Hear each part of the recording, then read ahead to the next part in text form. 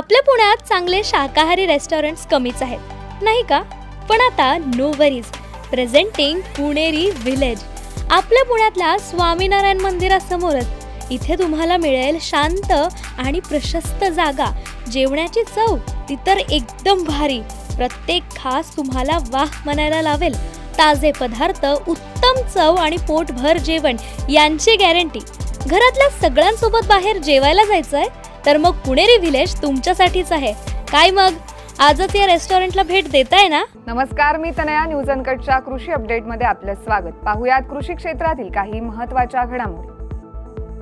केंद्र आणि राज्य सरकारने शेतीचे प्रश्न दुर्लक्षित राहावे याकरिता शेतकऱ्यांच्या संघटनांमध्ये फूट पाडण्याचं काम चालवले. शेती आणि शेतकऱ्यांच्या प्रश्नांवर कोणीच लढू नये याकरिता धोरणे आखली जात आहेत, तर दुसरीकडे बटेंगे तो कटेंगे असा नारा दिला जातोय, असा आरोप भारतीय शेतकरी संघटनेचे प्रवक्ते राकेश सिंह टिकैत यांनी केले.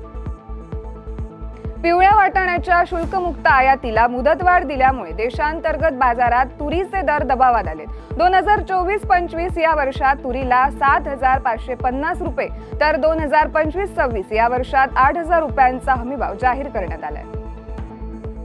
अमेरिकेबरोबर द्विपक्षीय व्यापार करार करताना भारत आपल्या शेतकऱ्यांच्या हिताचं संरक्षण करण्यास प्राधान्य देईल, अशी ग्वाही केंद्रीय कृषी मंत्री शिवराज सिंह चौहान यांनी दिली आहे. राज्याच्या ऊस शेतीला संजीवनी देण्याची क्षमता असलेल्या कृत्रिम बुद्धिमत्ता तंत्राची वाट सुखकर करणारे विविध निर्णय राज्य सरकार, वसंतदादा शुगर इन्स्टिट्यूट आणि महाराष्ट्र राज्य सहकारी बँकेनं जाहीर केले. हे तंत्र सर्वसामान्य शेतकऱ्यांपर्यंत नेण्यासाठी बारामती येथील ॲग्रिकल्चर डेव्हलपमेंट ट्रस्ट आणि VSI या दोन संस्थांमध्ये करार झाले. बँकांनी कर्ज नाकारल्यानं मागील 6 महिन्यांत अल्प आणि अत्यल्प भूधारक शेतकऱ्यांनी सावकारांकडे धाव घेतली आहे. जवळची स्थावर मालमत्ता तारण ठेवून या शेतकऱ्यांनी कर्ज घेतले. खरीप हंगामाच्या तोंडावर अमरावती जिल्ह्यातील 36,600 जणांनी बिगर कृषी कर्ज घेतले असले तरी यामध्ये शेतकऱ्यांचा समावेश सर्वाधिक आहे. मुरादपूर उपसा सिंचन योजना लोकांच्या सेवेत अर्पण करण्यात आली आहे. सौर ऊर्जेवरील ही उपसा सिंचन योजना या भागातील शेतकऱ्यांसाठी वरदान ठरणार आहे, असा विश्वास केंद्रीय रस्ते वाहतूक व महामार्ग मंत्री नितीन गडकरी यांनी व्यक्त केलाय. शासनाच्या पंतप्रधान पोषण शक्ती निर्माण योजनेअंतर्गत राज्यातील 68,704 शाळांमध्ये परसबागा विकसित झाल्यात. राज्यातील सर्व शाळांमध्ये परसबागा निर्माण करण्याचे उद्दिष्ट ठेवण्यात आले असून परसबागा निर्मितीसाठी प्रोत्साहन देण्यासाठी 2025-26 या शैक्षणिक वर्षासाठीही उत्कृष्ट परसबाग स्पर्धा आयोजित करण्यात आली आहे.